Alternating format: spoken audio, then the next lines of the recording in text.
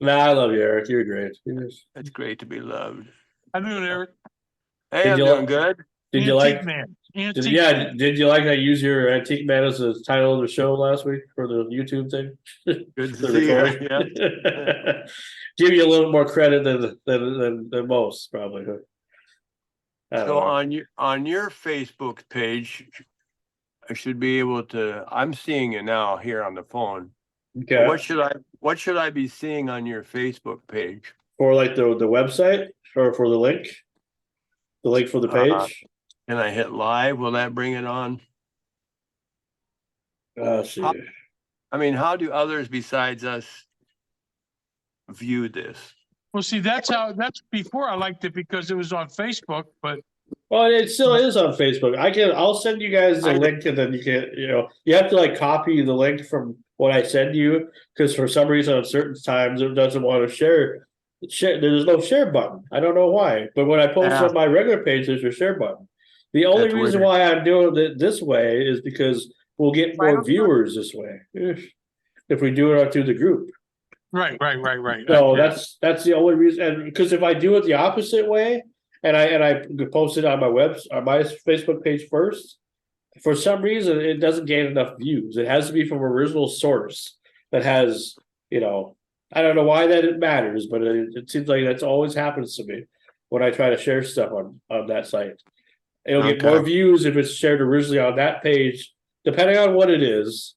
But like most of the time, I get more views if I share it on there first. So I don't know. It's the whole thing with Facebook and their fucking algorithm crap or whatever. Oh yeah. Whoops. Anyway, Yeah. I understand it's getting colder up north. Oh yeah, you're lucky you live around here, man. I tell you, jeez, the freaking Well, snow. here in Texas, they all start bundling up when it's 50 degrees. Yeah, dress in layers. That's when we put our shorts on. I know. Yeah, it's funny. I don't know. I think I didn't bring my laptop down with me today. Okay. So people keep blowing up my phone. So that's why I keep ducking out. So you get blown more than most of us do, probably, huh? That's good for you. Hey, I just figured that out. There's a joke there somewhere. Yeah. Somewhere down the line there. I figured out my background thing. Remember I told you I couldn't change that picture? Yeah, let's see how you do that. That's me. It's like it's you or there's you. Like there's two How do you yous. change background? I've been trying to do that since You we started. you become another person. I want to become another person. No, just kidding. So if I got to check out, I'd be like this. Take over, Sam. Technologically skilled? Is that what you're trying to say? It's all in the settings. You gotta go to your settings and you'll see where everything's at. Trust Hey, me, did you see that? it'll be fun. Oh, okay. I Sean, did did you see that? Yeah, I saw that. Sam will take over. Yeah. O'Reilly is that's what Sam's always saying. Okay, I'm gonna share the link now to the page here, and then we'll get going here. Our mystery or surprise person should be here pretty soon here. All right. And then we have our guest. We have guest number one anyway. So just hold on. Huh? No, you have to click the link. I told her that. No, the first link, the top link. I didn't do it. Oh, hold on. Okay. Yeah, It's the same as last week. Yeah, it's the same way as you did last week. There's no issues. Nobody's. Your buddy's having trouble. John's having trouble too. Yeah. Well, he said he's having some issues because it's the weather over there is kind of messing him up for some reason, but.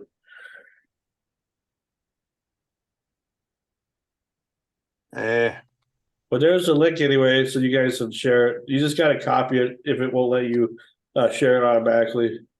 But that's how you do it. And then I'll tag you guys too. And then we'll be good. Just have, am I online?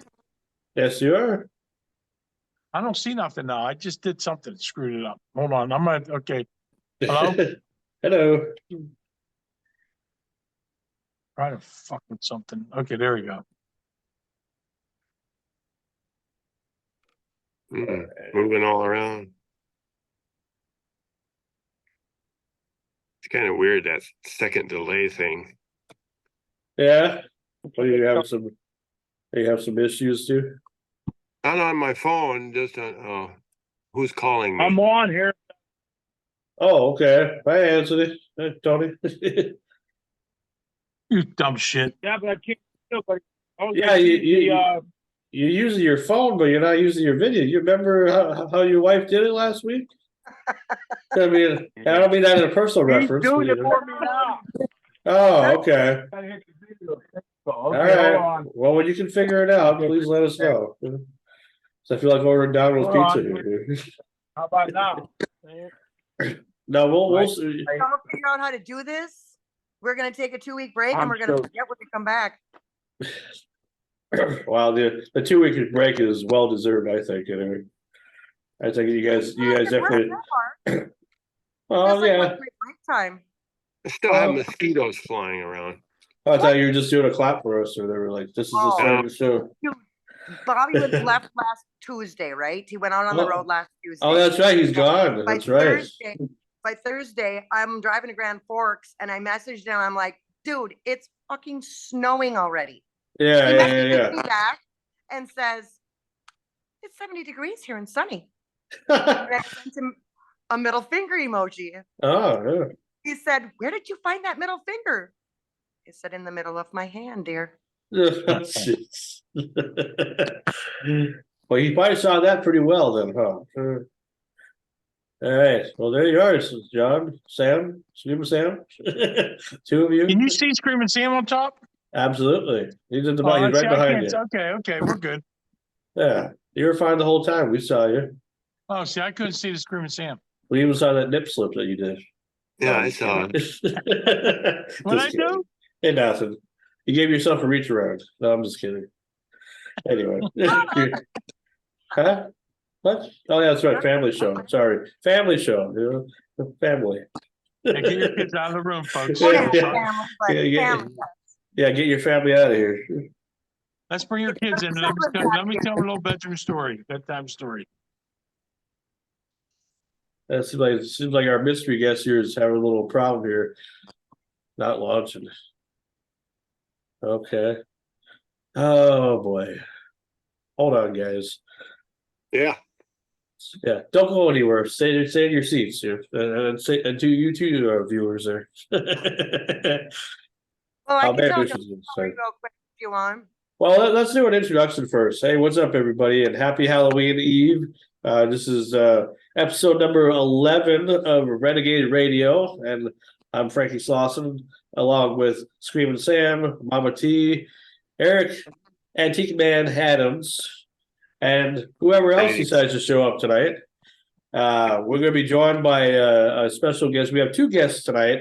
The first guest is a comedian, impressionist, actor, author. This guy, you'll recognize him as soon as you see the picture. I'm sure you guys saw the picture, obviously. The team did. Yeah. You bet. But do you recognize him from anything at all? Like in any TV shows or anything like that? Or I anything do, you and would- you know, I left my laptop upstairs and my notes were in it. Oh, well, you have time to go get your notes, you know. He'll be here in about 20 minutes. Right. Join us via Zoom anyway. His name is Jim MESKIMEN. And while his name might not ring a bell as far as in the comedy world, but he has done a lot of stuff as far as like voiceover work, and you know, Sure. he does stuff on YouTube. He's very good at impressions. Like, I don't know if you've ever heard somebody do an impression and they were either tried real too hard to be good at it, or didn't try hard enough, or maybe you've heard some that can actually do, you know, impressions. I tried to do a Jay Leno once, and I don't know. I tried, and it just wasn't really, you know. It sounded more like like a sissy version of Jay Leno than anything else. But I tried though, you know, You tried. and it was okay because you know, without my beard, sometimes people think I look like either John Belushi or or with the beard, I look like John Belushi. Without it, kind of either look like Jay Leno or I don't know, somebody else, I guess, some other actor. But anyway, so Jim Meskimen, his mother is known for something, and I don't know if you've been following the clues that I've been giving everybody, but I'll let Jim explain when we have the interview. And then I believe we're supposed to be joined by a second guest as well, that Mama T is prepared us for. So we'll see what happens with that when that happens. So, what's up, everybody? How's it going? Happy Halloween, boo. So happy Halloween. Yeah, there he is. Oh, is that John there? There he is. Okay. Hey guys, Hey, Hi. you can figure you guys hear me? yeah, you're just a little slow, a little laggy is all, but on the internet side, but Well, maybe that's just your That's just me. oh. So you don't have to do this? No. Oh, yeah, I have my wife helping me. I'm really computer illiterate. from a guy that knows everything about radio, that you're computer illiterate. You use computers every day when you're doing your job, and don't you? No, okay, but you got to remember when I started radio was back in like 1982 and 83. We actually did radio the way radio was, where you back timed and you could hear the cue burns on the records, and if you had one that skipped, your front desk receptionist would duck because she knew there was going to be a 45 flying through the hallway. And now everything is computer, so it has changed, and I'm just one of those people that I was really slow to do it. I can get by, and I can barely keep a radio station on the air, but like now with what I'm doing, I struggle.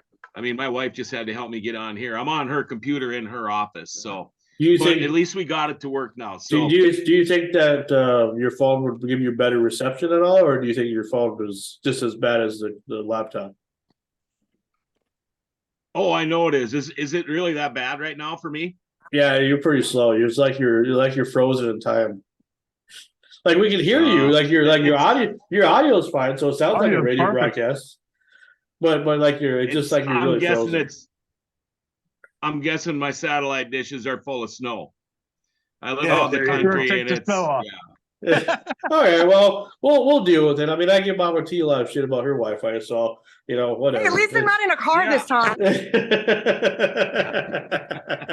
Well, anyway, I didn't know she was part of this whole deal. Yeah, I guess I didn't know didn't. she I was part forgot. of this whole deal, so I'm like, hey, cool. I forgot to tell you. I guess I didn't tell you any. I only told you about Sam, pretty much. That's all I said. I left everybody else out, but I should this have. is great. Well, let me. Since I'm lagging so much here, I'll just listen for a while. I'm hanging out with you guys. And thanks for the invite and stuff.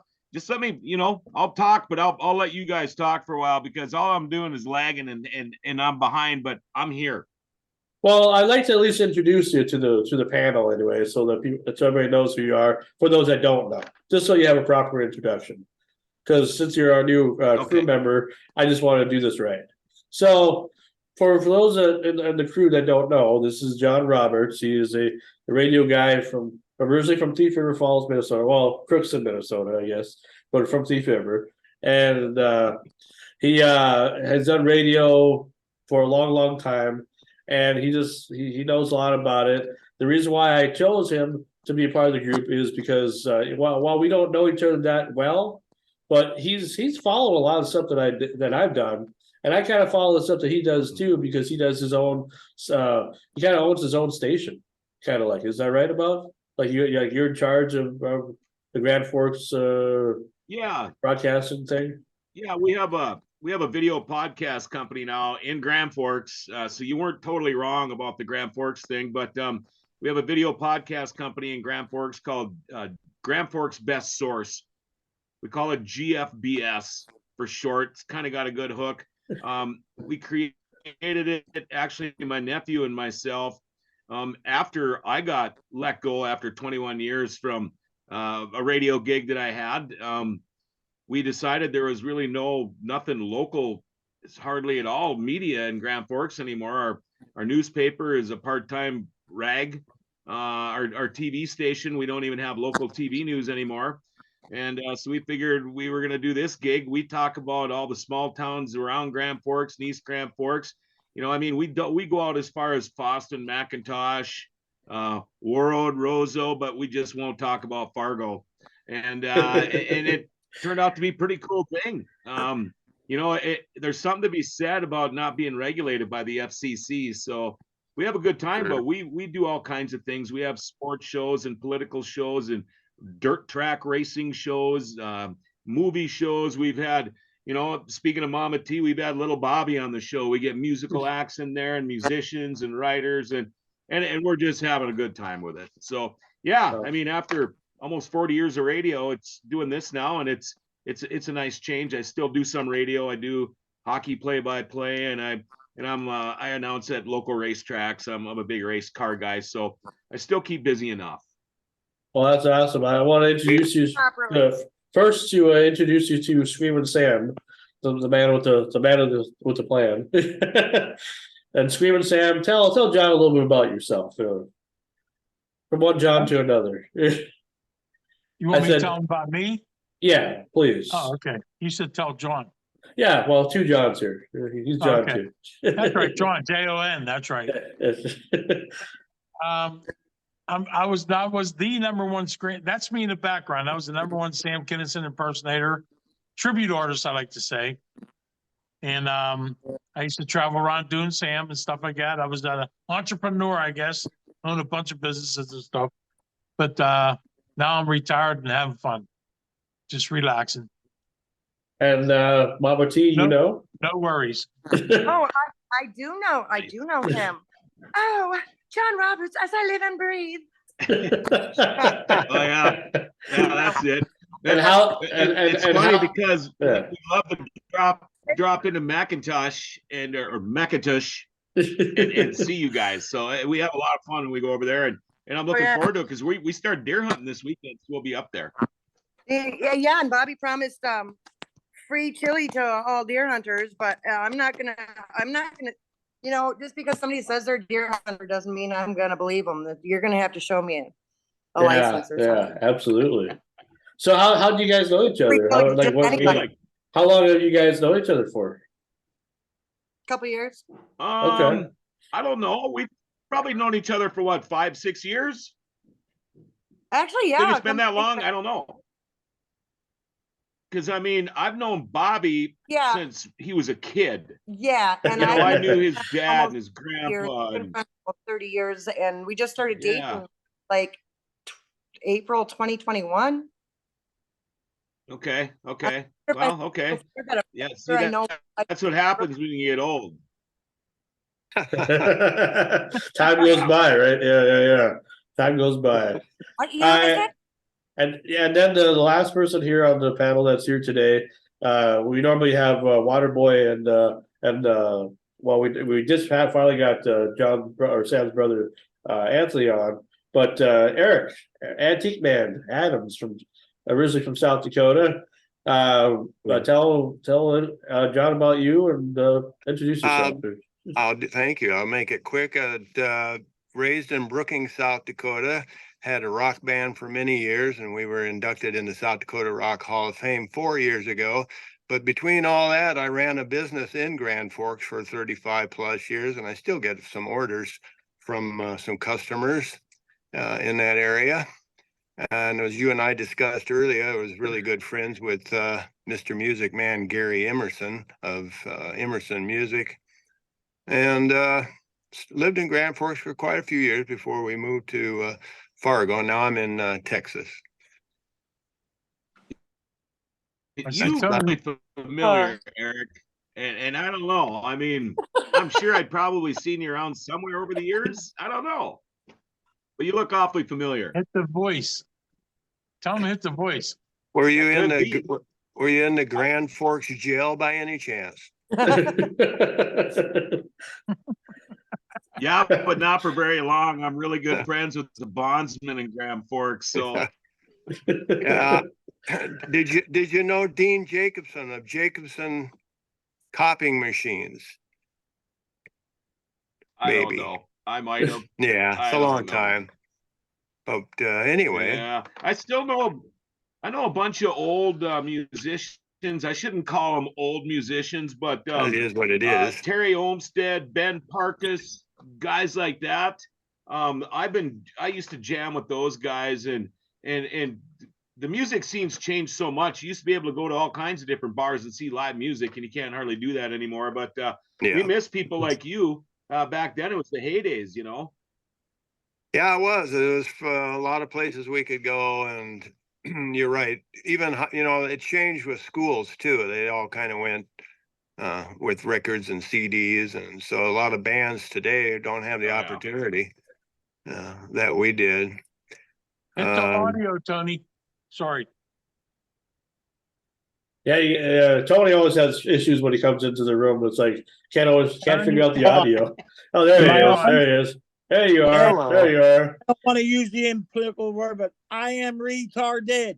Hey, we all are. That's Everybody why we're else, here. You only see one person. Jeez. I wonder why. I wonder why that is. This is Screaming Sam's brother Anthony from the great state of Pennsylvania. It's raining hard. Hello, Anthony. Hello, how you doing, sir? Doing great, thanks. And we Anthony, we got a new member to our crew. His name is John Roberts. He's out of Grand Forks, North Dakota. He's a radio announcer, kind of like myself. And introduce yourself to him. How you doing, sir? I'm they call me Mad Dog. I'm a little nuts, as you can tell, but I am a Yeah. professional wrestler / retired. And And we what's call people like you around here. I call you unique. He's the very people for unique? Yeah. He's like the Undertaker. Hey, Buried him. Well, tell John what you got coming up, or tell John Roberts what you got coming up here this coming Saturday. Yeah, this Sure. coming Saturday, I'm getting inducted into the Pennsylvania State Hall of Fame for professional wrestlers. So I'm Wow. honored. I don't know if you guys know Bruno Sammartino and Dominic DiNucci and the George Animals still. Well, my ugly mug will be right with theirs somewhere down the line.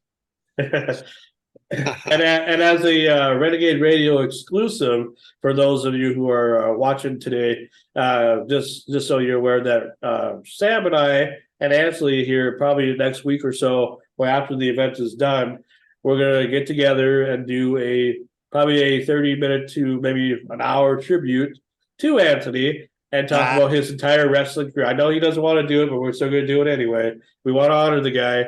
And we're gonna do like a little honor, like little tribute to Anthony and his wrestling career. That's So- awesome.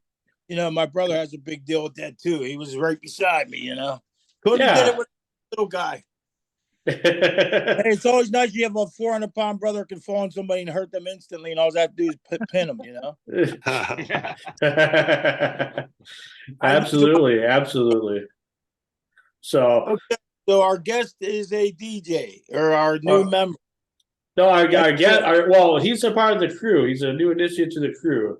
But Good. our guest is actually a comedian, a stand-up comedian, a guy who does impressions, who is an actor, an author, and just all that fun person to be around. I've had him on my show before, my radio show back, before I did an interview with him.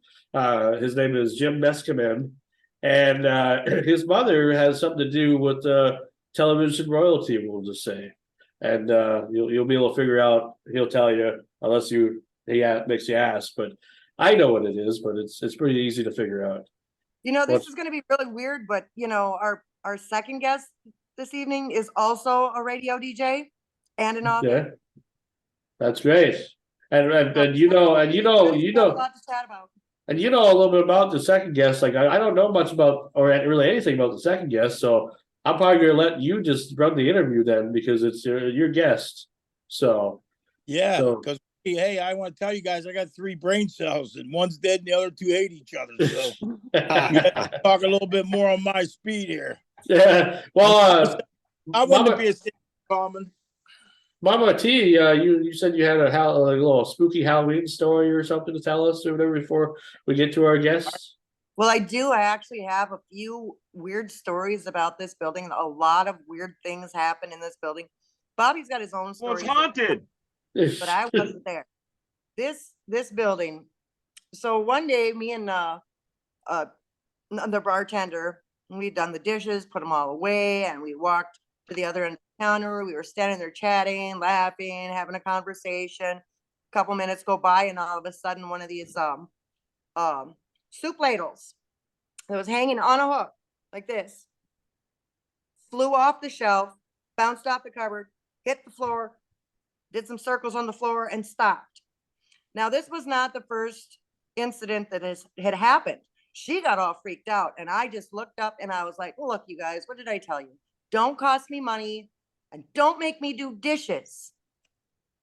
I don't wash that.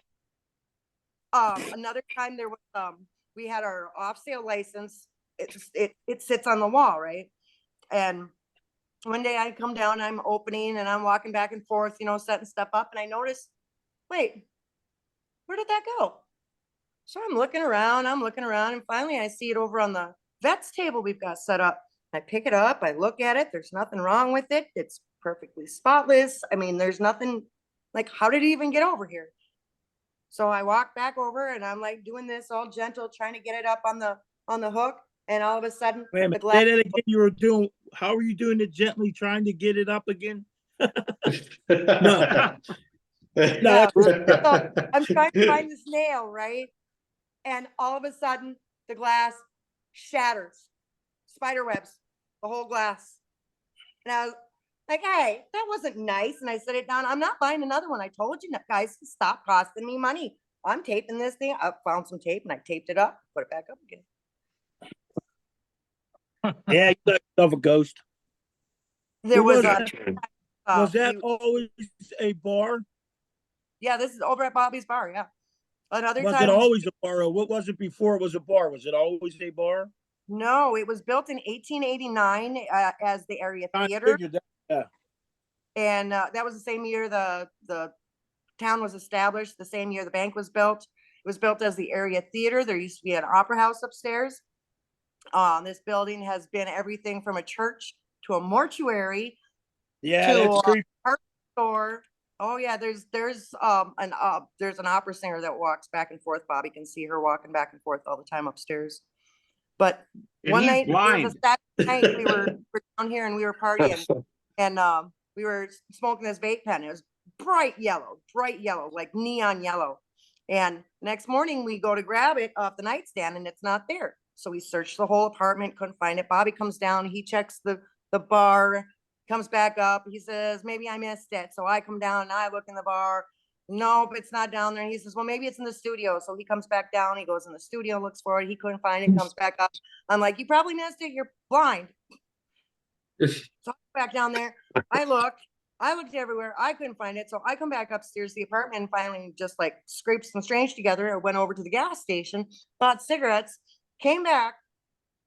I get up to my door. There's a white rug that sits outside of our apartment door. And this bright yellow vape pen is sitting right in the center of that rug. He was getting stoned, man. No way. Going out of that apartment. Then you went down and your Captain Crunch was gone. I've done that many nights. Hit that vape pen. Next you know, I got a Captain Crunch bowl as big as a damn spaghetti bowl eating Captain Crunch. Which they should change the name on it. Captain cut my fucking mouth with a razor blade, but we'll talk about that. I don't remember what kind of vape pen it was, but that's possible too. But we hadn't hit it yet, so Yeah, I think there's a lot of bars that are like haunted because my bar's haunted too. Oh, That's some weird stuff happens in that place. Yeah, there's a guy. A guy died in there a while ago, and stuff happened. I mean, some crazy stuff happened in that bar. It's like I would have to have the people come on and explain to you because shit really happens there. It's crazy. Like Lost his eyeball there. Some guy lost his eye in his bar, and he comes back looking for it every. I know, That but was- the dude knocked me over trying to turn the alarm off one day. He thought I was grabbing the eyeball or something. Yeah, it's kind of crazy. They throw stuff off our shelves. You can see silhouettes of people. It's kind of crazy there. Downstairs you is do me- worse than upstairs. Can you do me a favor? I used to live in a house where over the years back in Thief River Falls, 3 people had committed suicide over the years in that house. And I would come home and all of the drawers would be open in my kitchen. All of my cupboards would be open. I I'd be believe that sitting shit. there with my dog, and like you said, the silhouettes, you'd see like a shadow in your peripheral vision. You'd see it Right. walk by, but it would go by so nonchalantly that it didn't startle you. But then when you'd realized, wait a minute, I'm the only one here, you'd jump. And at the same time, my dog would even jump and look. So, I mean, I know my wife in Germany lived in a haunted house. I don't know. You can say what you want about them, but a lot of us have seen them. And yeah, I mean, the 80s was hard on me too, but I still know what I saw. And I believe they're in the spirit world, I guess. I don't know. Speak for yourself, it wasn't hard on me. I was a kid I'm in just the 80s. hoping when I'm masturbating, they can fondle my balls for me or something. Hey, they're probably I need to help you help a from guy your out. life. Hey, when you take your clothes off, they probably laugh every night. Well, on that note, Hello, Jim. our guest has arrived, and he arrived at the best time. He figured out the haunted screens. There you go. That's cool. How's it going, Jim? Welcome to the Renegade Radio. Yeah, you're welcome. Hi, thank you. Hey, how you doing, Jim? Good. How are y'all? Doing great, thank you. Laura and Eric and Screaming Sam and iPhone and Anthony's iPhone. Sean. Yeah. It's Well, a common name, Yeah, I iPhone. see I meet mine people says like Laura. called that all the time. Yeah, isn't that something? Well, we're Renegade Radio. I see. I don't know if you remember me interviewing you or not a few years ago. I don't remember if we did it through Skype or whatever at the time, but I figure let's get you on again because you were a lot of fun the last time, and I've always enjoyed your videos and your content and the fact that you can nail impressions so well. I mean, you just man, I tell you, it just warms my heart to hear Robin Williams' voice. After all these years, and this guy Thank can you. Thank you master very- it. Very Yeah. kindly. I'm honored. I'm honored. Me too. So- Me too.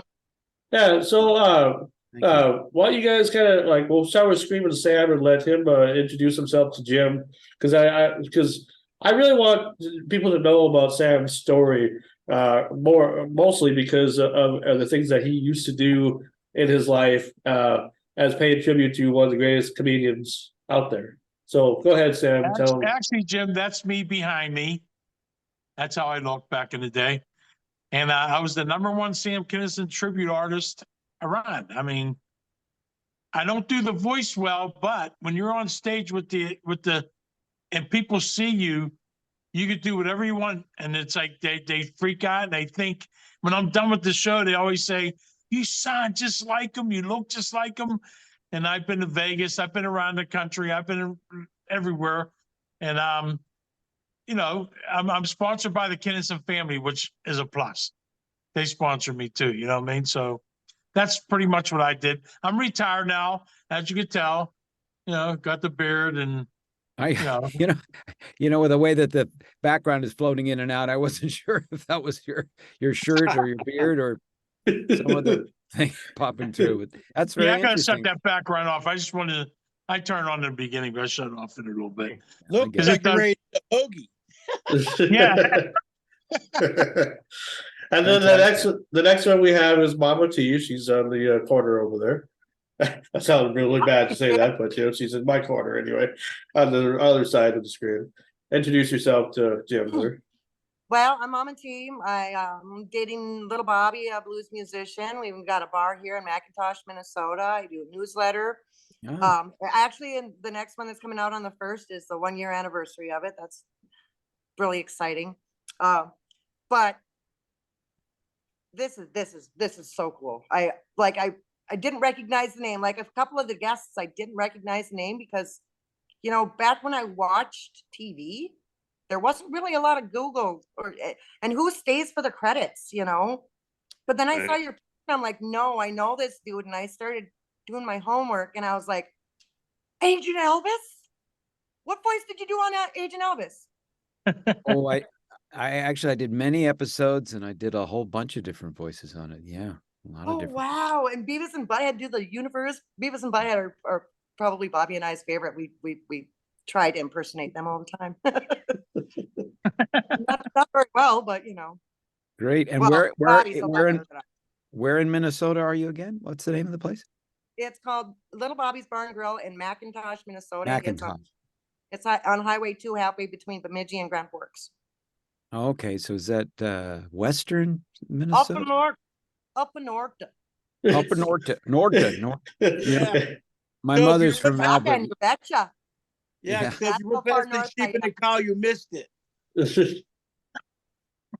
My mother's from Albert Lee, Minnesota, which is Oh, yeah? closer to Iowa. Yeah, we were there a couple years ago for the unveiling of her statue. It was very exciting. Oh, And cool. tell the audience what your mother's known for, because some of these guys might not even know. Well, my mother's Marion Ross, and she portrayed Mrs. C on Happy Days for 11 seasons. Oh, No, Oh, wow. no. I knew everybody would be excited. that Dude, is I did my awesome. homework, so I knew that. Oh, But what- I didn't want to say anything because Frankie seemed like he You was have like the greatest mom ever invented. Mhm. Darn. Well, and she was invented. She was invented by Gary Marshall and the writers of Happy Days. Very different Yeah. from my mother. My mother was a working actress who wasn't invented by anybody but herself. And but boy, she was small town girl, Minnesota, very small town. I've been to it. If you've been to Albert Lee, it's Oh, it's yeah. a definition of a small town. And when she I just rewatched this little speech she made, and she was they were getting ready to unveil the statue, and she said, "I grew up here in Albert Lee, and I loved it. I was a lifeguard over there, when I was a little girl, and I just couldn't wait to get out of here." That's most of us now. Yeah. That's awesome. And the next one we have is Antique Man. His name's Eric Adams, so we boy. call him Antique Man. Say hi to Jim. Hi. Hi, Jim. It's really great to meet you. Nice to meet you. You don't look so antique. I know. No, well, it's the lighting.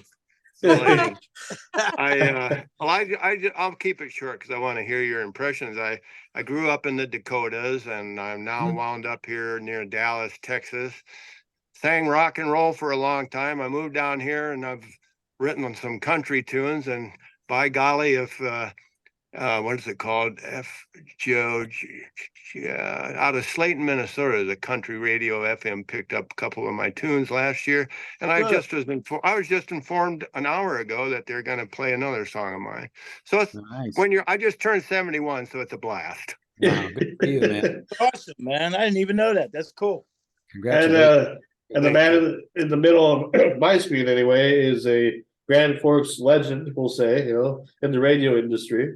And his name is John Roberts, and he's not too far from where I'm located. And introduce yourself, John, to Jim. All right. Thanks. I know it says on my screen Laura, but that's my wife's name, so it's her computer I'm on. But I'm just an old radio guy. Actually, I'm from Thief River Falls, which is about an hour or so away from where Sean lives now, not even an hour away from where Mama T is. Thief River Falls is, I say, an hour from Canada, an hour from North Dakota. Right now, I'm right across the river from North Dakota, but still pretty close to that area. But just an old radio guy.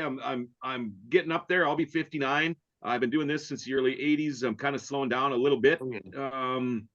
And now I have a video podcast company and still do some radio sports and some play-by-play racing stuff. But just a big music lover, love people, love hunting, love the outdoors, and got invited on this. I think I'd only met Sean once or twice, and he almost seemed surprised when I said, "Yeah, I know who you are."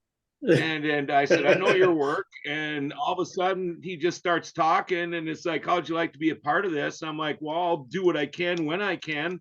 And then I start realizing, more and more what the show is really about. And then Mama T on there, I'm like, "Hey, wait a minute." I showed my wife, I think I know her. She's like, yeah, we know her. Like, oh, it's Bobby's. Yeah, yeah. So anyway, welcome. It's great great pleasure to meet all of you.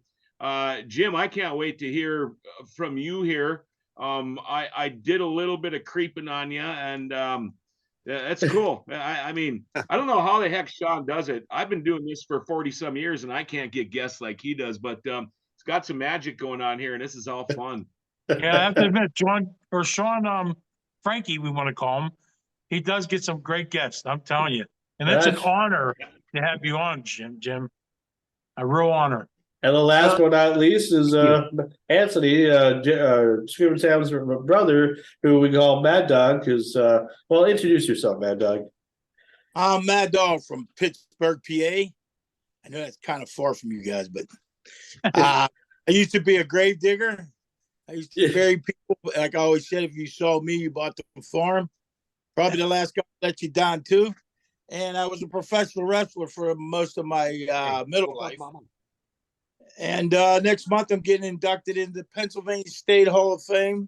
Next week, Saturday, for professional wrestling. I'll be in there with Bruno and George the Animals, all the guys we grew up watching.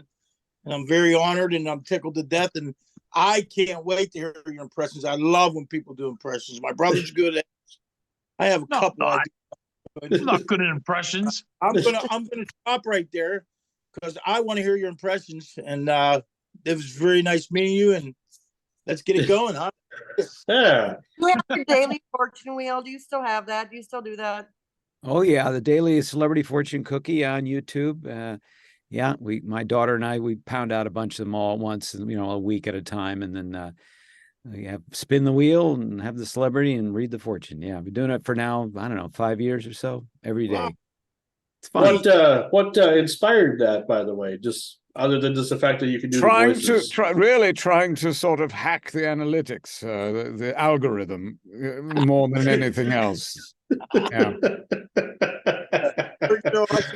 Which I can report had absolutely no effect at all on my viewership. Yeah, it started a fun sort of tradition, and my daughter and I, we go in and do a bunch of them, like I said, and then I've met a lot of nice people that watch it every day and always comment, and there's a handful of, I don't know, 20 people that that continuously comment on almost every day on these fortunes. It's like, I never would have met these people any other way, and so it's very sweet. Well, I like the fact that you put you post your live stuff, like the stuff that I've seen anyway, your live shows and whatnot that you do. I mean, it's a thrill, even without the impressions. I mean, you're a pretty good storyteller, I'd say. Because that's what a lot of comedians are. They gotta tell a good story, to try to get the laugh or the punchline or whatever. But yeah, I mean, it's just incredible. Just your body of work. It's just like I don't even know where to even begin because there's just so much stuff. Let's not even begin. Beginning is too difficult. Yeah. Ending's not very easy either, really. So I guess we better just start in the middle. Yeah. What did you say? Out there that don't know, Jim has been touted in Australia as the world's greatest impressionist. Wow. Does he know awesome. that? I'm pretty sure he knows that. Well, I went down there to Sydney to do some work, and they had invited me to come on the Australian Today show. And then I think to make the show look more interesting to people, they had to call me the world's greatest impressionist. Come on, rather than saying he's the 29th greatest impressionist from America. It wouldn't be very attractive. But I love going to Australia. I've actually been down there 4 times, I think, and it's a long journey, but I always enjoy it once I get there, and the people are terrific, and I've done quite a few fun shows down there. Can you give me that? Ain't a knife. This is a knife. Sounds like you did it pretty good yourself. And you don't need me to do it. I'm a knife collector. You're a knife collector. Well, then I imagine you've got some pretty large knives in your collection. Oh, he does. My question to you is: are you really the sharpest knife in the drawer or not? Oh.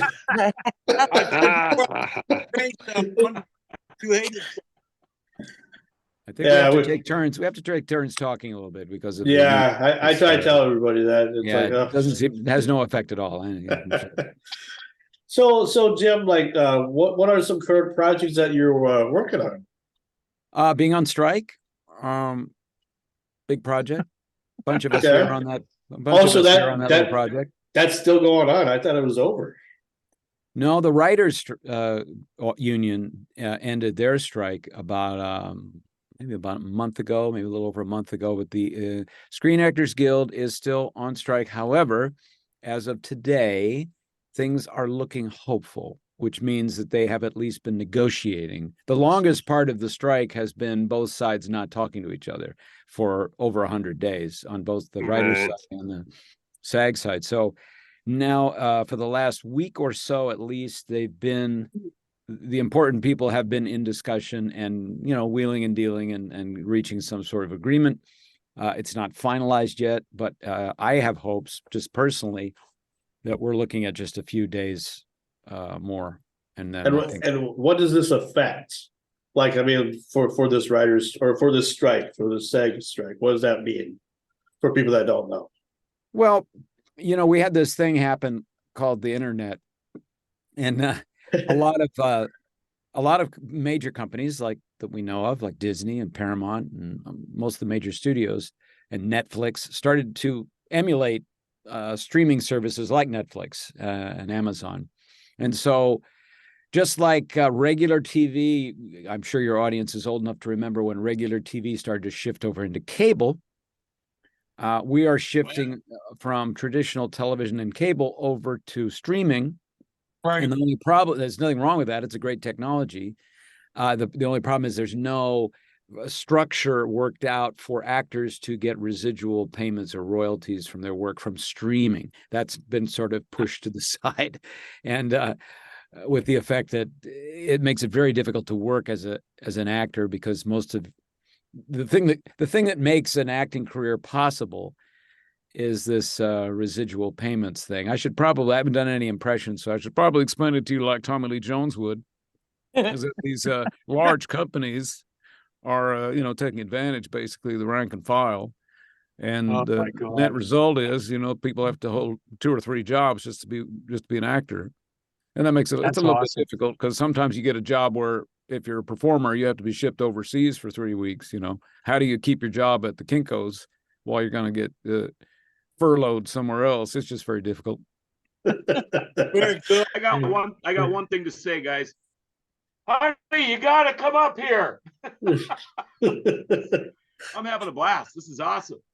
Well, we love guys like Jim, because these are the people that make the world go around. The thing about what I always find interesting about actors or actresses is just the range of creativity that you guys offer to the normal folk that don't really understand what real art is, when it comes to stuff like that. But I think you're selling yourself short, because really, I mean, the way you live your life, that's an art form. The way you choose. Oh yeah, I mean, you got a point, but I mean, like, you know what I mean, though. Like, a lot of people don't understand the work that goes involved with making a film or a TV show or whatever. Even going up on stage. I'm sure you get some butterflies sometimes. Let's hear some more Robin Williams. Well, I was just about to mention that. I mean, I've been going on stage lately. I've been doing my one-man show. I've had it live streaming a few times, and I'm going to keep going. My next one is going to be November 12th in Los Angeles. If anyone's in Los Angeles, I don't think any of you are. You're way too far north and east. But it'll be also live streaming on. I believe it'll be on Instagram and the TikTok. I'm doing rather well with the TikTok, so. Yeah, I grew up in an artistic household. So, my sister's a writer, producer. My mom, obviously an actress. My dad had been an actor, but had stopped and got kind of pushed into the workaday world by the time I came around. But he loved poetry. He'd been an actor himself. He loved to write. We all love painting. I'm a painter and an illustrator. Awesome. So, I've been very fortunate to be able to pursue those interests, and I still paint and draw, and I feel very unleashed creatively. So if I can, set a good example or inspire people to also take, a few minutes out of your day and write a poem or write a song or make a drawing, it's a good thing to do. It's good for the soul. It's who you really are. A lot of us anyway. Not everybody is an artist, but many of us are, and all of us can do some kind of creativity even if we're working as a marine biologist, there's a lot of creativity in, coming up with a new idea, coming up with a new approach, and just making something out of nothing. Right. So, Tim, I've got a That's quick it. question. So, do you happen to know who owns Ground Zero Blues Club in Clarksdale? Clarksdale, Minnesota? Clarksdale, no. Which Miss- Clarksdale? Which of the many Mississippi. Clarksdales? Now, She's- it's a silly question because I don't know any comedy club in any Clarksdale anywhere. But It's not a comedy club. It's a blues club oh, sorry, blues comedy. owned To me, by- that's the same. down at the crossroads, owned by Mr. Morgan Freeman. Oh, is that right? Does he own a blues club down in? Oh, that's nice. Boy, I'll bet if you go in there every now and then, he shows up at the bar. Yeah, just playing the other day, actually. I love it. That's That's great. awesome. I was completely unaware of that particular business opportunity. So what Beautiful. venues in California do you normally or clubs do you normally go to when you set a date for a tour or whatever that you do? Well, I don't mean to disappoint you, but I don't really tour and I don't do comedy clubs. I'm not a stand-up comedian. I'm more of an actor, so I do TV and film and Okay. when I'm not on strike. And I do my one-man show generally in a theatrical, kind of environment. And my wife has a wonderful acting school called the Acting Center. It's the best school for acting, best training anywhere in the world. And it's in Sherman Oaks, California, and it's got a nice little stage, and I can get 50 people in there. Ooh. And That's great. there's no waiters or bartenders, and people making noise and heckling me. So I So they know about you a little bit, which is good. They should know Hey about Jim, you. do you ever hear of Craig Gass? Craig Gass. He does Sam Kinnison's voice, and he's really good. He does Sam Kinison. He does Kiss. Gene Simmons. No, I haven't had the pleasure. Is he in interesting LA story- or just out in the world? He's been around. I don't know where he's from, but an interesting story about him is he grew up with a family that were deaf and dumb. Oh my And all he goodness. did was watch TV, and he learned voices because he had really nobody to talk to in his family. But Yeah. that's how he became an impressionist. Is that he watched TV and studied people's voices, and was able to pick up different voices. And he really does a great Sam Kinison and a He Gene Simmons. Simmons is unbelievable. Yeah, That's great. That's fantastic. And what a pleasure. It must have been great for him. He could rehearse his stuff any time of day or night. anytime he wanted to complain. scream, yeah. Talked a lot. No, that makes sense. Incredible. Everybody comes from such a different place and everyone approaches it from their own, path, wherever they are. And we can all kind of meet and enjoy each other's entertainment. It's a beautiful thing. Yeah, I And love look it. what we're doing right now. I mean, come on, you can't get better than this. The Zoom. Oh, yeah. Yeah, I think like to be able to do a show without, like, back in the day when I did my shows, we all had to be in the same place with a Right. camera. You know what I'm Right. saying? But Mhm. this is great. This stuff only happened since the pandemic. You've been seeing a lot of Zooming. Yeah, know what I we mean? sort of But, got forced into it. Yeah. Yeah. Well, And it's kind of nice. I love this. I love Then this. you could be like me and you can't get on it. I mean, you're sitting everybody. So I took I too want to many know, Jim, things. how much has the strike affected your life? I mean, it Quite a sounds like bit. you're such a busy guy with so many different interests. How much did this affect you? Quite a bit. Because I live in a town which is like, it'd be like if you lived in a steel town and they shut the steel mill. Yeah, We- Yeah. Yep, I understand quite well. so all the ancillary businesses, the restaurants, the dry cleaners, the makeup people are out of work, the costume people are out of work, the assistant directors, the crew members, the sound men. It's devastating. So yeah, it is. And then I did have a little bit of momentum. I've been working on TV shows very steadily the last few years, small films and TV series or two, and animation, and it all just kind of, we just sort of went, well, we can't do that right now, So as I say, hopefully we're seeing the last of that fall away. Hopefully in the next few days. I hope so, or at least this week, or in the month of October, please. I'll say Yeah. a prayer for you, brother. I'll say a It's prayer been for you. going. Thank you. Yeah, I think it'll be over soon, and then we'll pick it up from where we left off, and it's going to be a flurry of activity because Oh yeah. now all the big studios are going to be in a massive hurry to create content for 2024 and 2025, Right. and it's just going to be That's right up amazing. your alleyway, right? And then we'll see Jim in the next big blockbuster too. That's what's going to happen. Dude, I can say, I interviewed that guy. I love him. Thanks. Did you Thanks, take guys. any of this time to like regenerate or I'm guessing when it first happened, sounding as busy as you are, that when the strike first happened, probably wasn't that big of a deal. It's like, that's all right, little vacation, blah, blah, blah. But you said 100 days plus into this now. Yeah. It's like you got to be going through the whole gamut of emotions, the whole cycle, you know? Yeah. It'd be tough. Yeah, I mean, I'm fortunate in that I can do other things. As you can see, I'm in a recording booth here. I do audiobooks. I also do the voice of Colonel Sanders for your radio and TV commercials.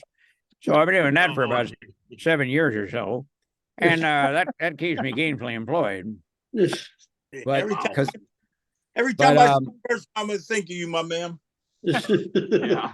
Can I ask you a question? Have you ever met Billy Gardell? He's from Pittsburgh. Oh no, Billy Gardell. Mike and Molly, he was a stand-up comic here. Uh-huh. In that program, Mike and Molly, and he was in another one. Oh. I used to do a little bodyguarding for him when he come to Pittsburgh. Oh. Stand-up because I did that with him and Steve Burr. Uh-huh. The blue collar comedy gang. Okay. Yeah. Every time I came to our Carnegie Music Hall, I'm security there. Okay. That's the green. But I met a lot of neat people going through there. Sinbad. Uh-huh. I met Sinbad once, and I was on Mike and Molly one time, long time ago. I did a voice for it. I can't remember what it was. It was like I can't remember. A long time ago. It was just one day of work, so it was not a big deal. Did you? I suppose you had a chance to meet some people that you impersonate. I suppose, huh? Here and there, or I'll tell you what. I worked with Matthew McConaughey a long time ago in a film. And this was now you have to understand, though, this was at a time when there wasn't anybody doing a Matthew McConaughey impression because he was not the ubiquitous star that he is today. Oh, my God. You know what I mean? That's good. I worked with him. I worked with Ron Howard, our director Ron Howard, on 5 of his films, including The Grinch and Apollo 13. And these are people I try not to, inflict my impressions on because most people don't really take it. It's not a very comfortable experience, I think, for you to hear someone imitate you. So imitation is a high form of flattery. Yeah, but you always have to kind of instruct them in that. It never comes naturally. Well, we've been flattered by having you on the show, Jim, and we don't want to take up too much more of your time. But is there anybody else that has any more questions at all before we? I love you, Jim. I love you, Jim. I love you, man. Thank you. Yeah. Tune into the Jim Pressions live broadcast. It'll be on October 12th on Instagram. Yeah, I'm going to. You can always see stuff. I put clips up on my YouTube channel too. Thank you. That's awesome, bro. Yeah, we appreciate you for sure. You're on TikTok. What's the website? I'll throw it right on this. Oh, great. Yeah, it's JimMeskimen.com, just like my name is spelled there, only with a .com at the end. I suppose in the future, parents are just going to name their children TracyRoberts.com or KevinFinster.com, make it a little bit easier. Can I buy that? I think Mad Dog had a question for you, Anthony. Fred at baby.org. Go ahead. Yeah. No, I was just gonna say you're big on the TikTok. So I just put your name up on TikTok, or I believe it's Jim Meskimen or Jim Pressions, one of those two. Yeah, my mom. In fact, I did a little video for my mom on her birthday, October 25th, and it got 1 million 2 views on it. So people love it. That's crazy. That's crazy. So they can Like find you 800 on Jim. views. I'm Right. sorry. They can find you on JimMeskimen.com or That's right. Or on Instagram at Jimpressions. Or if you just search for me, I'm pretty easy to find. There are a few people that are pretending to be me, but they're not as good. They're not as good at impressionist design. They can't do it. Yeah, they can't do it. All right, everybody. That's right. Thanks. Well, Thanks we so much for appreciate having you. me in. I appreciate it. Have a great no rest of problem. the Thank you so evening. much. We Thank appreciate you, Bye. Jim. Have a good one. Bye. Thank you. All right, guys. There What you an go. honor. I'll tell you, here's Sean. Well, that's not. I Don't praise do you. that to me. I mean, yeah, I got the guess, but that. Hey, I did it all for you guys. I'm doing this for you, not just for me. Okay, I told you That that was before. awesome. He was So, awesome. There you go, Jim Meskimen. What do you guys think? John, what do you think? Robert, I love him.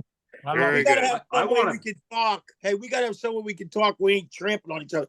I don't see everybody. The only person I see is the person that's talking. Okay, Oh, listen. scroll. Swipe. Scroll to swipe, the right. Just move your camera to Swipe right. wrong No, right. the other way. Robert. I only have one right. One is The the person other one that's fell off. Go One to is the on- left, I mean. the other way. The other Now way. you tell me. Oh, you Get see it everybody now? either there? Now I can see everybody.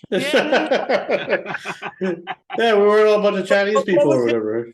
Last Yeah, name that's much better. Much better. Jim Meskimen. So you just, I can probably type it for you. I wonder if there's like a chat that we can just, if I can chat here. Why don't you put it in our Let's see. chat room? I want to follow him now. You know what I mean? See what the heck. Yeah, I'll put it on the chat room. Get here. him. That is so awesome, man. It's just I magic. want to pick his brain a little bit and find out about the voice work he does. Well, I this mean, now, put it this you know, way, I I got have the this studio and everything. I think that'd be fun. Yeah. Hell, I could sit in the studio with a 12-pack of beer and read a book on Yeah. tape. I think that'd be an awesome job. That would be. I'll join you. I Yeah. can't read.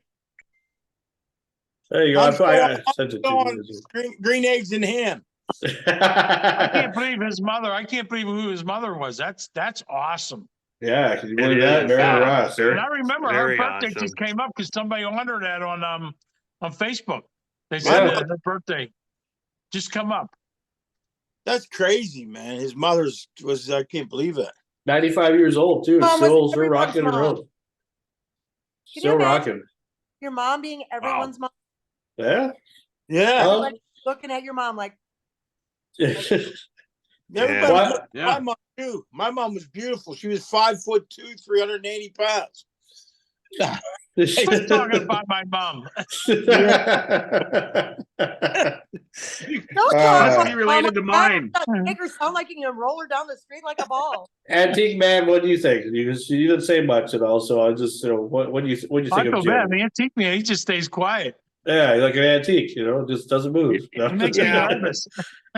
Well, it was probably inappropriate. I wanted to introduce. I've been trying to get into the impression world for quite a while. I've got a Sean Connery 2-word impression. Good. Miss Push it. Oh, I think I heard a key word in there. I wonder what's that store's name? What the hell? I can't think of his name. He was Tony on. used to do. My brother did impressions. Yeah, but I can't do him no more. He used to do. He used to do Arnold and Who? Stallone, Yes. whatever his name was. So Everybody could do Arnold Schwarzenegger. I was just do the I can same. do Helen Keller. Asshole. I am here to terminate you, asshole. Get enough beers in me, you might hear me sing some Neil Diamond in a pretty Neil Diamond-ish voice. Yeah, there you go. Here's There me you go. Here I am, Sam Kinison, looking like they can't do Sam. Shit. Well, it comes natural though. I mean, I got my head. I say, "Hey, yo, Adrian." Hey, yo. for you, Sam, it's just more like it'll come in bits. Like certain words that you say, kind of Right. you almost say it like it sounds like Sam's still around. Yeah, but see, when I'm even on if you're not stage, trying to. when I'm on stage, it actually comes out. I mean, Yeah. Well, I have a but- mannerism. If You you do didn't the have that laugh, beard, you do you look like this. Phyllis Diller, motherfucker. But have your whole body into it. It's yeah. Yeah, you're I sitting gotta in a be- chair. It's a little Right. different. I gotta be like, if you guys came to see my show, you wouldn't stop talking about it because it's that good.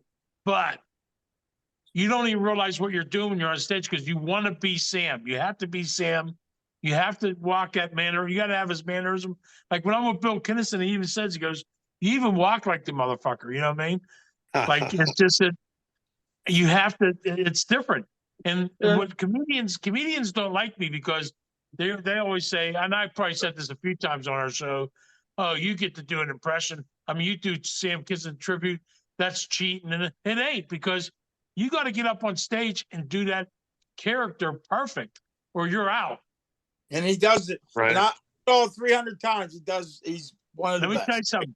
If And I wrote my own saying jokes, that it'd 'cause be he's my easy. brother. If I wrote my own jokes, it would be easy. I go up and be myself, write my jokes.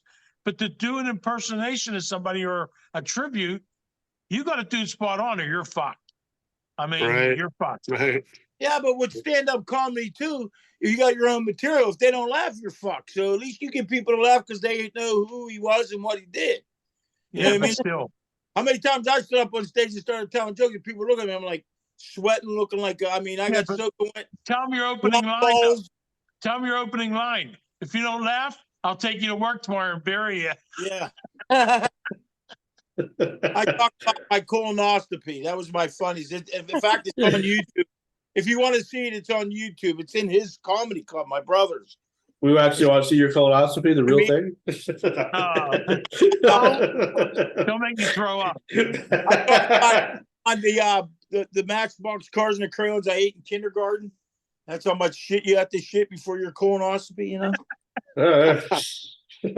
That's funny. So does anybody have any more Halloween theme related stories at all that they want to share with anybody? How about Antique Man? You got anything scary? You know, anything that just as Halloween Eve and everything. Well, Got I've anything? decided to wear my orange Speedos tomorrow. Ah! Oh boy. Remind you, buddy, Oh what boy. you do. Just for mama. Oh jeez. Well, that's scary That's a enough. brain stainer. I'm not hungry anymore now. I don't want to eat supper today. Fasting Hey. time. Next Saturday, they said, can you still wear the stuff you wore when you were wrestling? I'm like, I'm pretty sure no one wants to see me in Speedos and tank top because this body's been beat up pretty bad. So I elected to tell him I'll wear a nice, suit or a pair of pants or something. I'm not getting it. First of all, when you get old, your balls get so big when you sit on the toilet, they bounce up and down in the water. You imagine Speedos look like I had a goddamn fucking basketball in my shorts. Well, that's another image I have in my head now. Thanks. Well, how old are you? He's only 50. How old are you, Sean? I'm 40. Okay, when you get Johnny, I know how old you are, and I know how old 40. No, once you after 50, your balls start growing. It's serious. I had to buy the underwear with the bra in it. I bought a bra ball in my underwear. The loose style where you can tuck your nuts in a little pots in your underwear so they don't bounce around all. I mean, I sit on them all day. It's ridiculous. Yeah, that's what I'm saying. That's why you jump around all the time. I'm sorry. You know, I'm sorry about that, honey. Mad Dog's always jumping around and moving around because his balls are squished underneath his pants. I thought he had an itch somewhere or something. I don't know. Well, Hey, wait till you're 71. I'm so glad I don't have those. My 'cause, knees have I know bruises. that I would sit on them all the time. I can't even go over in bed without switching my pants. Like, Yeah, Antique Man with the knee slappers there, I tell you. John Roberts, what do you think about all this? See, I told you craziness, but we have fun. It's just a good old time here at Renegade Radio. No pun intended. Or maybe there's Right. I'm wondering. That what was a the- good guess. what That the was a good hell guess. Did I get myself into here? It'll get better in time. I mean, we started off with just Sam and I come up with an idea for a show, and then we had a guy named Waterboy who hasn't made an appearance yet, which I'm surprised because normally he'll just randomly show up and and whatnot. But then we had Mama T, you know, who you know, and I know her too because I've known, you know, you talk about a long history of knowing people and whatnot. I've known Bob since 2003. We went to school together, for broadcasting school at Oh, Northland. wow. So I've known him for a long time. And then Eric, you know, Antique Man, he's been a friend of mine on Facebook for a long time. We've Yes. we've never met each other, but we since I lived in South Dakota, I think he found me somehow that way or whatever on Facebook I because think I was so. doing a South Dakota post a lot, other than Rapid City. But and then Mad Dog, you know, he's just crazy insane. You know, you can tell that he and John or Sam are two different people. They are brothers, but they are two different people. That's for But sure. we have different fathers. Well, Father was whatever. the milkman. My father was the millman. Oh, Mine's the milkman? milkman. There's a lot of people Hey, visiting my. Yeah. so Sean, now you're making the move to the big city of Brooks. Oh yeah. Can't wait. It's gonna be Yeah. exciting. No, I'm actually excited about that. Actually, I can't wait to get all this Well, fucking town of you Greenbrook know, shit. here's what I'm I thinking. told you, Frankie, I got something cheaper. Just saying. Brooks is awfully close to McIntosh. It is only 10 You miles know, away. that's kind of Oh. cool. That It's is. only That Yeah, is. and- miles. Well, see, I'm looking forward Yeah, to moving. and I got moving- more of a chance. Yeah. I'm You jealous. know, we kind of want somebody up there that can deal with loud music at night and, you know, maybe a funny smoke smells coming from upstairs. Well, I don't want to smell smoke and stuff. I just Oh, want yeah, we'll to see. live in a nice place where I can just be by myself and do what I want to do. Have people over. We can, you know. I was thinking, you know, because of this happening, and here's the thing. This is why this is a good thing happening, because with the first half of this roster that I see right here, myself, Mama T, and Mr. John Roberts here, we all live close to each other. You know, we don't live that far away. You know. And so maybe, you know, I know for sure with Mama T anyway, you know, we could do a show together. You could come over to my place, I could come to the bar, we get Bob involved, you know, this could be a big thing. And I'm that's why I'm jealous. just, yeah, and you know, it This sucks could be a that these big guys are farther, a big thing. You know, like I'm thinking big thoughts, because I have big ideas, man, I tell you. Remember, you know, Oh, yeah, not what you're thinking there, you know, I mean, unless you were thinking too much or whatever. She likes to think in the big things. My wife thinks that's 10 inches. Hey, See, you know, we were talking about ghosts earlier. Yeah. Do you see the halo above my head? Oh. Yeah. I thought there was a light. There is. Yeah. There is. Did you guys see that earlier? Did Uh, you guys see that earlier? I was sitting here and like all of a sudden, all the lights in the background, you'll be able to watch it back. All the lights in the back kind of like started getting Flickering. brighter, getting back Oh. down again. Like, so before we get our And- next, before we get our second guest on, who wants to share like just like either a funny Halloween story or whether, you know, you don't have to do scary ones. Do you have any memories like growing up as kids? Like what was Halloween like for you for growing up? Do you have any Okay. fun little I never memory? told this story before. When I was about 5, 6 years old, I was outside playing, and I've really never told the story because at the time, if I told the story today, people would be okay with it. When I was a kid, I saw a flying saucer. That ain't no lie. I was Did it down happen- the alley, Tony, down our alleyway where Aunt Eva lives. I was looking above Prospect School, and I actually saw a real flying saucer, which scared the shit out of me. I ran and never told anybody ever until like recently I've been telling people I have saw a flying saucer. And I can look in a book and I can pick out that flying saucer I saw. You know, Wow. and I really did. And that's a scary thing. Did this I- happen what- during Halloween or I- before or No, not during Halloween? what if I was abducted and they probed me? I wouldn't even, I maybe I think you would have. You would have enjoyed it. They run. I got kind of a quick funny. So, we lived about 13 miles out of Roseau, south of Roseau, in a little town called Penser when I was growing up. Answer. Yeah. You've heard of Penser? Well, I know Let's see, Jack and Jill Erickson, Dixie Shut Erickson, up! Julie You do Erickson. not. Yeah, I do. You don't know any Reeds, do you? Yeah, I know a lot of people. Wait, what's the difference? Anyway, we'll talk about Yeah. that for a later Les show. Reed was my stepdad. Oh, Oh, okay. wow. Jack, you need Les. Okay. So my stepdad was an avid deer hunter, and so he always had the noose hanging up, you know, for the deer so they could drain or whatever. So every one of these Halloweens, I got a mask on, and I got a great big overcoat on, and I tied another rope to this noose, put a knot in the noose so it wouldn't tighten, of course, and then tied another knot or tied another rope to it, put my foot in this rope. So every time we'd see headlights coming down the driveway, I'd run out to this noose hanging in the yard. I'd hop up in it, put my foot in it, and just hang there like this. Swinging back and forth until the kids came up. And they thought, oh, look at the dummy. I ain't no dummy. Who you calling a dummy? Every time they'd scream. I think I made one 5-year-old cry.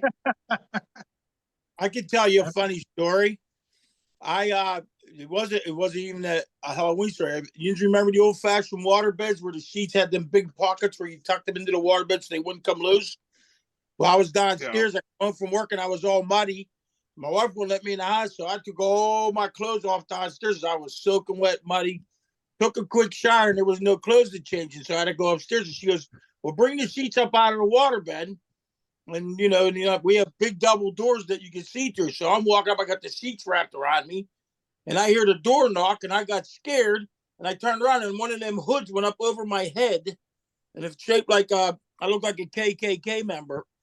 And my neighbor's the female chief of police, and they're black, and it's her 3 kids standing on the porch. And I didn't answer the door because I was naked, and I have this hood over my head and don't realize it. And I run past the door, told me, and they all ran down the street. And I'm like, I can't see him. My wife goes, "Look in the mirror," and I look like the Grand Poobah. I go down and apologize to the mother, who's the chief of Pittsburgh's police. I'm like, "Honey," and she laughed about it. But the 3 kids weren't too thrilled. They never came back in my yard again and never asked for candy. But I didn't mean to do it. It was either me naked and I get arrested for child pornography, or they see the KKK leader running up the stairs with his hood on. I'll never forget that. An intimate picture on through my messenger or whatever, tried sending me a picture of his junk, and I was like, "Is that a child's penis?" What? Oh no! No way. I'm reporting you for pornography. Who did that? Never messaged me back. Who did that?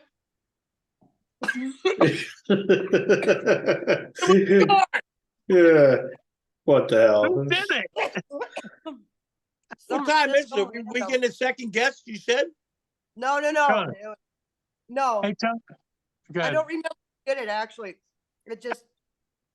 It was I haven't been in the Antique. neighborhood for a while. No. Yeah, it's Antique Man. He did it. Oh yeah.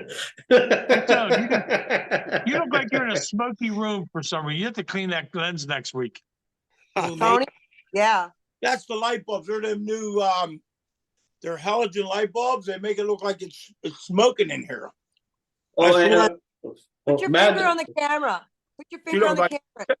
I was gonna say, Mad Dog, you should show John your sword collection, your knife collection, because it seems like that'd be kind of interesting to show. Because we saw a little bit of it last week. Hey, Sam. Okay, hold on. Sam. Look, my God, it's another flying saucer. Like, see that funny Tony, buddy. Wow. That's an art project for the day. Yeah, so Hall of Fame. There's all my belt I won in '92. Wow. There's I want to see your knives, you fat ass. Oh. Now there's 5 deer antlers. They're all 10 points, and they all hold all my hunting knives. If you can see them on, then my swords and some bayonets. Yeah. World War II bayonet. I got a World War I. I got a Japanese katana. Nice. And I got all these bins are filled with pocket knives. I How got many knives do you have, Tom? I got 4,300 pocket knives as we speak right now. He'd do great in Minnesota being a hunter and everything, right? You know, I tell you. I mean, I got knives that you wear as your tie clips. I got ones that pop out of your cowboy boots when you put them on the tips. I mean, everything I got has a knife somewhere in it. Belt buckle. Here's the thing, John. Wow. The problem is, Yeah. if he ever has like a hurricane or something, all this shit fall off the shelves, his fat ass is dead. After my wife, Gonna be bleeding out on the floor. Yeah, look at Swiss cheese there. His wife would be like, well, that saved me a job, huh? I got Yeah. some medieval. I can show you some great medieval knives I have. I mean, I actually got a knife Yeah. from the Ottoman Empire, and the rope that tied it on his chest plate is made out of human hair. So I got a 16th century human hair DNA. Jesus. I have to show you. I mean, it's one of a kind. It's kind of freaky, and I usually put things on top of it because a lot of things happen when I'm around it. Now, just so you know, Mama T, I did send our next guest the Zoom link, so you can try to get a hold of her, let her know that the link has been sent. Well, I gotta So, duck out to do that because I've got her email. Hold on. yeah, just let her know anyway, because I did send it to her. So Now, if I could show you, the blade is primitive. I mean, they just beat it up and sharpened it. It's sharp as a tack. Yeah. Uh-huh. Right? Now, this is the sheath. It's made out of bamboo, Oh, cool. and that is human hair. That is not a rope. It's tied to your chest plate. Wow. But it's one of a kind. I actually had to get insurance on it because I didn't know what I got. I paid $3 for it. It's worth pretty much. Neat. From the 16th century, they're telling me. So That's Uh-huh. cool. I thought was in the 17 and 1800s, but I got to look it up a little bit better. But I never did. I just Older than me. I was That's looking all right. at your old wrestling stuff Good. there. I swear to Back God, in the day. No, Good. I'm sorry. Um, you say you're getting into the Wrestling Hall of Fame. Back in the day, back in the early 80s, when the wrestling would come, AWA, I believe it was, or whatever, would come up to Thief River Falls to the auditorium and wrestle. I would call these guys up. I had their home phone numbers. You know, see Nick Bockwinkel, It was a great guy. Jim Didn't meet. Bronzell, the Mad Russian, T.Joe Khan, Steve Olsenowski. You know, we ended up, I partied with those guys a bunch. I'd call them up at 8 o'clock in the morning, wake them up, and they'd be, hello? I say, hey, is this T.Joe? Yeah. Hey, man, how are you? I said, yeah, just listen for the cue. We're going to do a quick interview. And I'd say, here he is, T.Joe Khan. And it'd be, thank you, Mr. Radio Man. You know, and they'd go through the whole spiel. You gotta And get then when we're done, we'd go offline and he'd go, hey man, you got my number, call me anytime. And it'd be like, all right, see you in a couple of days. But yeah, back in the day, I was huge into the wrestling. I did some things with some wrestlers that some of them I know had never done before. And some of them it shocked me with what they did after not being in the ring. When we're at a party somewhere, it's pretty crazy. And those guys, they work their ass off because they beat each other up. They'd come and party with us. Then they'd jump in the car at 2 o'clock, 3 o'clock in the morning and drive to the next gig. God, I mean, 12 hours straight. Yeah, I got a lot of respect for those guys. Get paid not much to beat the hell out of each other, but I can still remember having a drink in the Rusty Nail with Nick Bockwinkel, saying, Nicky, you don't look a day under 55, buddy. And I think he was probably pushing 70 at the time, but it was a lot of fun. I used to go maybe 300-400 miles and get $25 if they even had any money left over for the show. Sometimes I for the love of it. I think our guest is on. oh yeah, she's just connected to the audio there. The button. Lady J is the guest here, but we just wait for her audio to connect, and then Okay, well, it should be good. quick story of mine. Oh Jesus Christ! I had my first. It was like a TV event, and it was against a guy named Mandy Fernandez, and his move was the flying burrito. So I get my Tony Schiavone interview, and I'm like, you know, Tony, the only thing a flying burrito ever gave me was gas. And that's the flying burrito, you know, and I'm like, if he hits me with the flying burrito, I'm gonna have gas. And everybody, the bottom button. Yeah, we can't hear you, Lady J. Oh, there we are. Oh, here we go. There you go. Yeah, say Maybe. something. Oh, no, hold on. Let's see what we can do here.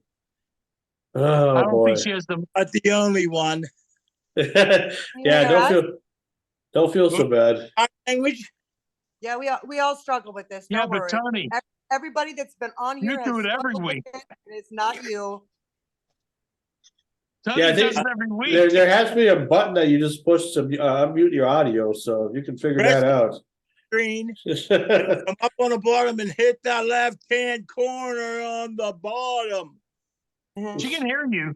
Yeah, you don't have to scream at her. You don't have to yell at her. Oh yeah, not her. So I think you guys are so far away. I think you can't hear me, so it's just out of habit. Yeah, it's Brother. not like old school long distance. You don't have to scream over the phone anymore. Yeah, right. That's Screaming Sam's job. You know, he's supposed to scream at everybody.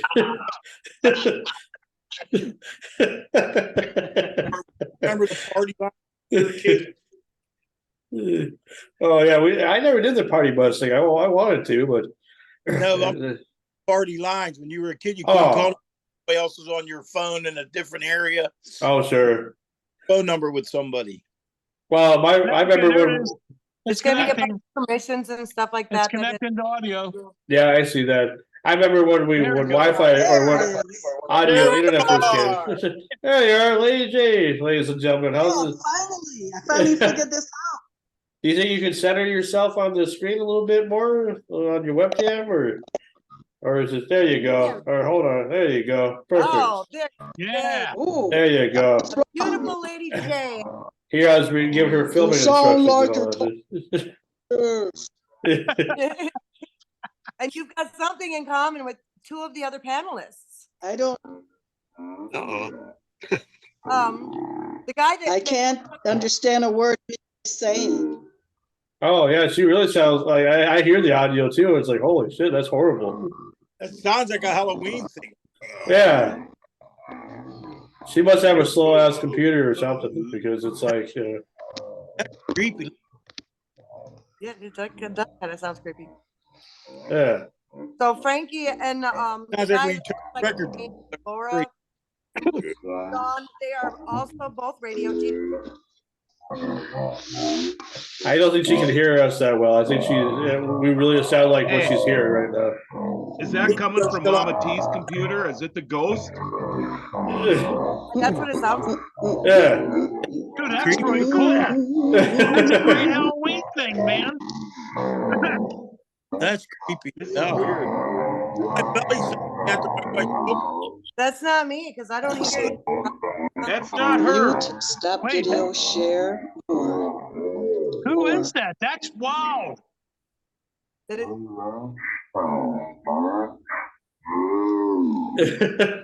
Oh my God. I'll just mute her until she can figure it out. What Because yeah, Yeah, you Gotta gotta be a ghost. figure it out. Can you still hear us? I'm true. Well, I don't think she should hear any. I think what she's hearing is the spookiness or whatever. Slowed down. Yeah. So it's her computer. It's not us. A duck. Yeah, there's a duck there. Send it to her computer instead of her phone because her phone can't do this at all. And this really sucks because so she's a radio DJ as well. She was actually the first DJ to. I see that. She was the first DJ to spin Little Bobby's music. I can't understand a word anybody's saying. Yeah, we can hear you good. My audio is really bad. Maybe restart your computer. Sound like Tell- you're talking in the bottom of a hole or something. Tell her to restart her computer. Can you do that there, Mama T? Yeah. Message her, tell her to restart her computer. She can come back. Hey, I can't I stand got this. gas, guys. So don't mind. I got Sound gas. Oh, Jesus Christ. like When I this. have to go to the bathroom, this is what you're gonna see. Jeez. All right, I'm muting it. She needs to fix her audio before Yeah. she's allowed to come on. I'm sorry. Remember that? Can't This say is- that. Oh. Hey, I got 2,000 of these. If you guys want any, me and my brother. Are you gonna autograph them this weekend, I suppose, and give them away to people, or are you gonna charge people for an autograph like you should? I don't do People can that. pay you for an autograph. No. Everybody does do that at the shows, but I always did mine for the Make-A-Wish kids. It was free. Okay. I mean, look at this. I even got a wrestling doll, buddy. There it is. Oh, there you go. Yeah. Hey, can you hear this? Yeah. I Mama got T. gas. Oh, Jesus. What the hell was that? What's the Mama T? I don't know. She just Hey, it's my fart machine. disappeared.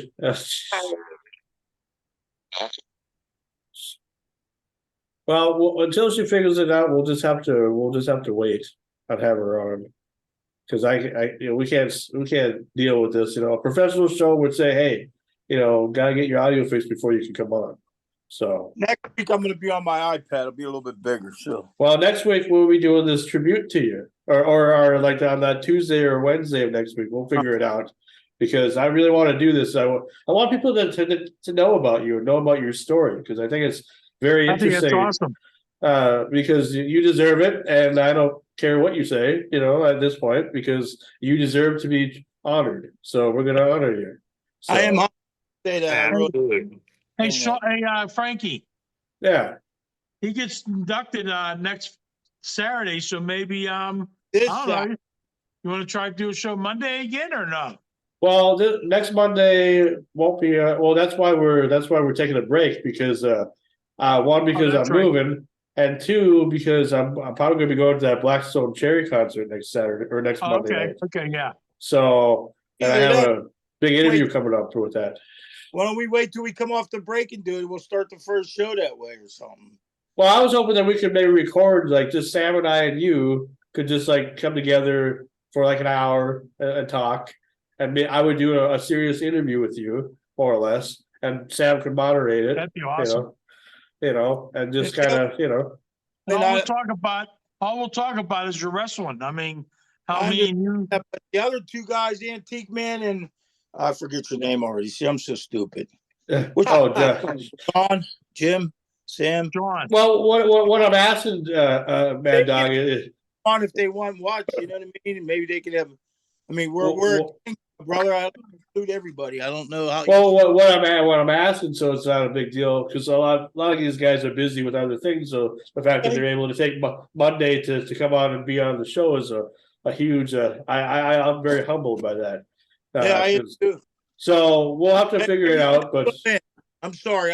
Whatever you do, I'm in. okay. Well, We'll figure it out anyway. So She tried reloading everything, but you have to re-add her to the chat. Oh, okay. And for some reason, my phone decided that it was gonna just not want to do anything for a second. Sorry about that. That's okay. So I can't rejoin because host. Okay. Hey, Don, I got a question for you. Are you talking, John? Don. Yeah. What genre music do you consider on your station? You do a radio, right? That's John Robertson. Oh, yeah. I'm not in radio anymore. Now I have a video podcast company.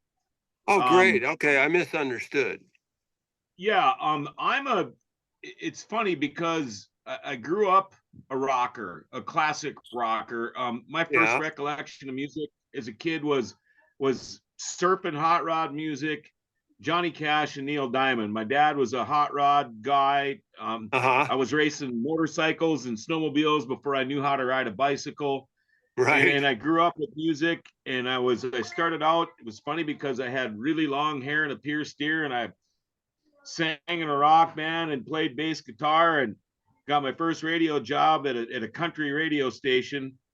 And Reba McEntire was just getting big, and this is how dumb I was. I introduced her as Reba McKintry. And then after years of country work, I went to work at a classic rock station, which then turned into a classic and new rock station. And then at the same time, at iHeart, we had 5 different radio stations, and I worked pretty much at 4 of them exclusively.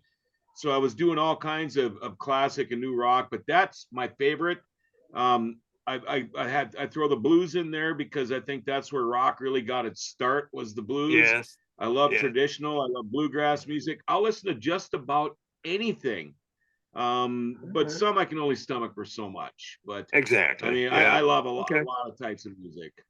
Me too. Thanks for sharing. Oh, me as well, man. I tell you, I'm all about the deep tracks. I'm so sick of top 40. Oh man, I could blow top 40 out my ass, man. I'm so sick of it. Yeah. I love deep tracks. Album rock. I was on. It's funny because radio, everybody thinks radio makes a song or makes an artist, but it can ruin them also. I mean, radio can make it, God forbid if I ever hear Bob Seger, old time rock and roll, or I'm a huge Neil Diamond fan. If I ever hear Sweet Caroline again, I could really give a rat's ass. It's just radio ruins some songs. It really does.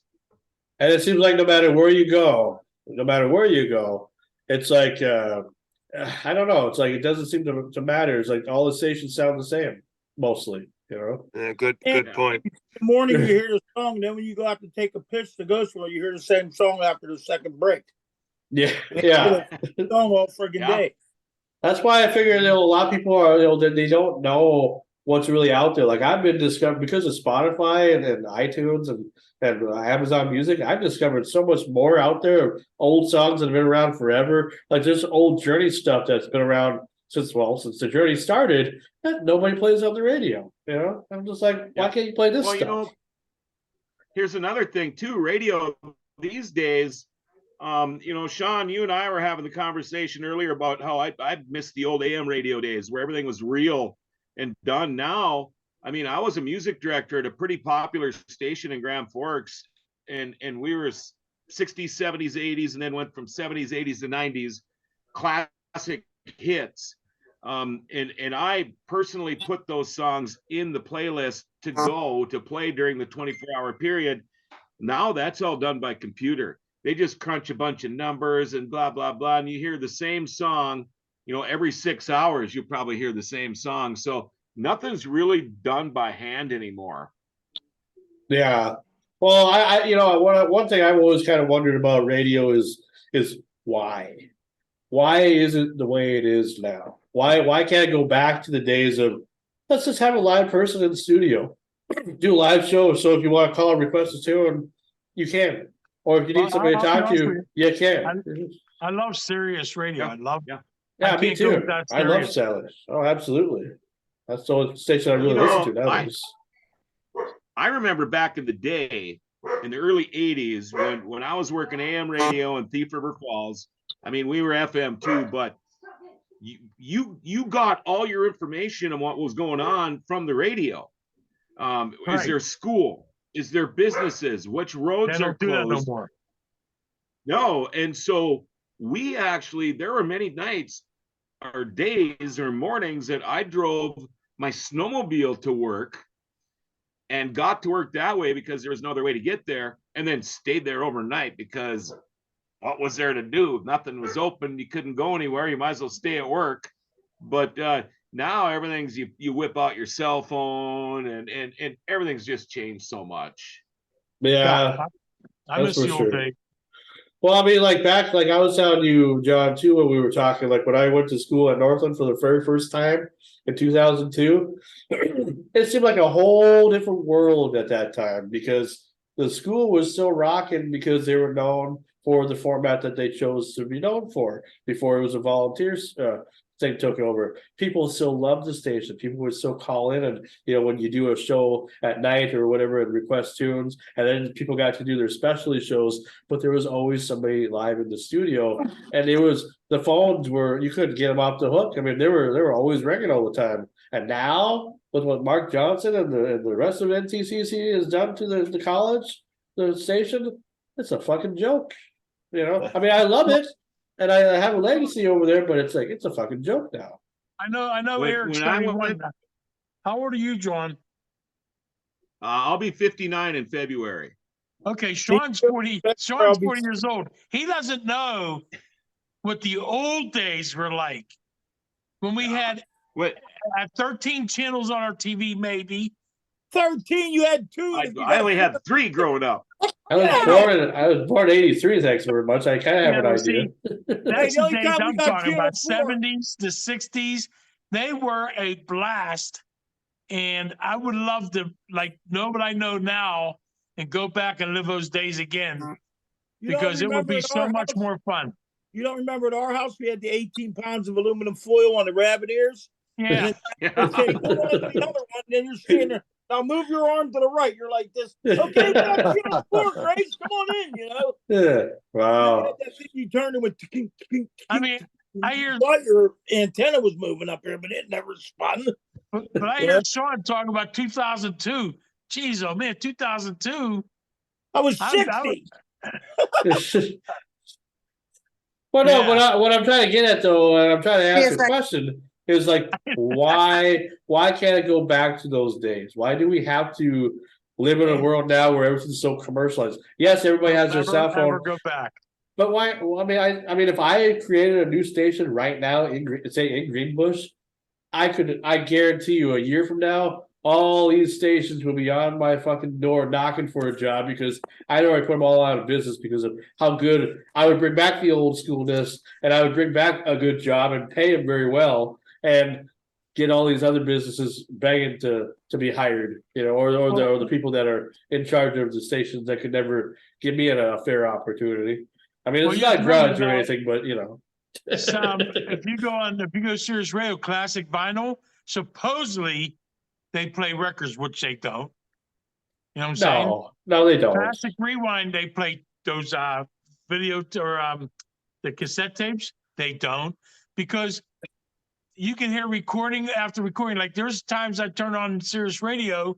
I listen to Lithium a lot, and they'll play exact same thing. The DJ says the exact same thing. So maybe 8 hours from when I listen to the radio, I'm listening to the same shit again. Why can't you just keep it fresh and really do a radio show like Sean's saying? Nobody wants to keep it fresh. They just have audio, or they tape. You know what I'm saying? It's not interesting anymore. That's why I like Howard Stern. He's liable. Yeah, right. the gig that I was working at, I mean, it was the largest radio company on the planet. And we had, when I first started, we probably had 15 full-time on-air personalities, and then probably close to another half dozen part-timers. And right now, after they cut everybody and got rid of everybody, they've got 2 full-time announcers who also have other titles, and maybe 2 part-timers that do the work for 5 different radio stations. I mean, you're never listening to anything really local, hardly at all anymore. No. They would rather pay some washed up VJ from the old MTV days big money to play on 150 radio stations, instead of the guys that are out there that really know what's going on and make it sound like, hey, I mean, you wonder why you call a radio station and nobody ever answers? Because there's nobody there. Yeah. That bothers me so much, man. You have no clue. Well, you do have a clue. You do know what I'm talking about. I think when the pandemic hit, it was worse yet. You know what I'm saying? Because everybody, I mean, I remember calling radio stations and you get on air and you got excited about hearing your voice on air. You know what I mean? It just, you're right. They don't do it no more. I think about, we did the interview with Jim, and that was a good interview. I'm glad it worked out and glad everybody enjoyed that. He was in a nice recording booth that's at his house, for crying out loud. And I remember when Pioneer 9.1 or KSLQ had a nice recording booth, you know, where you could go and sit down and record. It sounded so different because everything was like the sound was so crisp and clear, and it just like it was weird compared to being outside in open air or whatever. Got a little stuffy there from time to time. Had to open the door a few times, you know, to get some air. But you know, for the most part, I enjoyed that. You know, that's one thing I miss from the Pioneer days. Yep. I mean, they have that, but they pretty much put everything in their studio now, as far as like to record or an alternate studio. It's not the same. You know? Right. But anyway, I don't mean to bash anybody or bash their stations or whatever. It's just when we talk about radio, I kind of take it personal because I'm not like John Roberts here, who has lived the life of a real radio DJ and has had all these great experiences because of what he knows and then because he loves being a part of the media, and that's why I figure he's a great fit for our show. And crew, what do you think? Do you think he's in? I You love think him. you like I him? love you, John. Yes. Okay, but also remember this, you guys. Antique I man. want to hear some more wrestling stories. Remember this, though, too. After 21 years at the same company, because I worked radio all over from Minnesota to California and back. And after 21 years at the last company, the biggest radio company in the planet, and having two of the #1 shows every single weekday of the week in Grand Forks, I still lost my job. And the people that fired me had never even met me, didn't know who I was or anything. So I got fired from San Antonio, Texas. So yeah, I had 2 offices besides all the studios that I was involved with. And it was basically, I had a couple of Hugo's little grocery bags, clean out your 2 offices, we'll escort you out the door. And that was basically thanks for 21 years. They wouldn't have had. The radio has changed a lot. It used to be, that company, it used to be fun going to work. I mean, it was a blast. Last couple of years, you could read the writing on the wall, what was happening. Radio, in my opinion, wouldn't even be anything right now if it wasn't free. And Right. that's too bad, because I was there 40 some years ago. I remember the humongous turntables, and the records were 55s. They weren't 30, or they were whatever. They were bigger than 30 than the albums, and then reel to reels. And then we thought how lucky we were because we got cassettes. And I went through the whole, you know, the editing and cutting and chopping and retaping and splicing to what it is now, and it's just so different. I always was one of those guys that said radio will never die, but the way it's going right now, I'm afraid it will. Yeah. But, you know, I can't remember. I think it was either you or Frankie. Bobby was in a studio with, and he was working with you in a studio, and there was these boxes, totes, like stacks of these totes of vinyl that you guys were tripping over all the time. And somebody ended up donating all of those totes to us. Was that you, John? I know there was some. He showed up here and he's like, I know these boxes. He says, I was tripping over these things for years. Yeah. No, nobody needs them anymore. And you know, who would have thought that? Who would have thought that would have been, 40 years later, 30 years later, that they make a comeback? But no, that's cool. I mean, it's part of history. And vinyl outsold CDs last year, actually. Last couple of years. I know it did. Crazy. And that's good. I like that. I like to hear that. Good for, retro, but, when it's a lot easier to pay for and create a CD for an artist, sure, and it is to try to make vinyl. And then like they were talking about these strikes and that they're not getting paid for the stuff that they already did and the stuff that's getting replayed. Man, you get a musician gets a fraction of a cent for every song done. So then they try to sell CDs. Well, if CDs aren't even selling and it costs a mint to print out a bunch of vinyl. I mean, everything. Let's take everything back to the way it used to be. Amen. That's what Frankie said. I mean, besides this here, this here is Well, cool because we couldn't Oh, do yeah. this The way it without used to the be, current bands, technology. the way it used to be, rock bands bands would go on tour to promote album sales. Yep. Now, if there is an album, it's vice versa. They put the album out or the music out to promote concerts. Yep. Because that's where they're making their money, because they realize they ain't making jack shit on residuals and ASCAP and things like that. Yep. So yeah, it's, you know, and then you got these like that Anthony dude, Richmond, north of Richmond. Yeah. Making how much money a day just on downloads? It's crazy. But Yeah, and where'd he it's just the come way from? things You change. know, he just come from the Yeah, YouTube, from yeah. the internet. You know, I mean, it is Right. That Right was now like- he's a megastar. You That know, was like when I first started wrestling.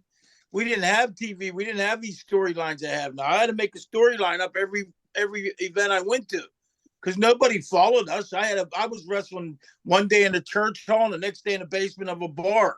You know what I mean? You had to walk out, tell the story, get your ass kicked, to finish the story, so everybody hated you. That's or when loved you. everybody wasn't lazy. I used to Now have you don't have to do that. I made him so mad they would spit on me going down to the ring. Him, brother. They spit on him when he turned against me. Yeah. Anyways, you know what I do? I take my son and put him in the crowd. And I tell him to buy nachos and a Coke. And I said, don't touch it. He'd be sitting there like, what the fuck? And I'd come on, nachos, and I'd smash him in his face. I'm like, you little prick. And then I'd grab a Coke. I'm like, I wanted Pepsi. And I'd dump it on his head. And he'd say, Dad. And I'm like, I'm in West Virginia. Everybody calls me Dad here. Then I'd grab the guy's beer, and I'd go grab the guy's beer next to him. I'm like, is that your wife? So yeah, I'm like, you better drink that ugly fucking thing. You know what it was? I sold the show before I got in the ring because I wasn't good in the ring. So if they hated me before I got in, they ain't gonna care if I miss my spots or you know, get my fucking head knocked off sometimes I wouldn't hit the spot right. But that's what you did. You won the crowd. Now they got the storyline shit. We didn't have music to come in with it. We didn't come out with all the smoke. Sometimes I walk out my trunk. Yeah, that's funny. Folks, I'm sorry. I just got to interrupt for a second. I have to go. That's fine. Great. Yeah, I gotta go too soon. Don, Well, great meeting you. we'll end it here. I mean, I think we've Well, you gotten our don't have point. to. Well, just it's almost, the show's better. almost over. Thank you all. See you Hey. next time. Yeah, we'll see you in 2 weeks there. Hey, We Bye, appreciate it. everyone. Be safe out there. All right, All right. appreciate All it. right. Nice to meet you guys. Nice to meet you all. And maybe I'll run into you. I'll be up in Brooks quite a bit the next couple of weeks. So maybe we'll make a trip down to McIntosh. And Sean, maybe I'll see you during your move. Hey, Like I said, you know, Yeah. we pretty much eat at the Cozy. So absolutely. Yeah, that's right next door. So, Here. well, we eat both places, you know, so we'll both have good food. Yeah, we'll test it out, see who makes a better food. Then we'll compare who makes better All burgers right. and everything. How about that? All right. But no, I want to do like a little warm housewarming party when I move. So I'm I already jealous. got the internet. I already got the internet hooked up. So or getting I'm hooked up. jealous. So. I don't live near you guys. Yeah, and we got Garden Valley covered. You So drive way better than Schoberg's anyway. well, it's Garden Valley is basically no a better than blizzard Stowe. outside my house right now. So you're lucky you don't live up here. It's coming Well, my anyway- way. Anyway, It's coming guys. my way. Anyway, guys and gal, we appreciate everybody. I love you all. You have no idea how much I appreciate you guys. And we'll see the crew back in 2 weeks. How's that sound? You know, I All always right. sign off. Here's how I always signed off. So What you gonna do when a mad dog takes a bite out of you, brother? I'm out of here. All right, man. Love you All guys. right. See ya. We'll see you next time. All right. Happy Halloween.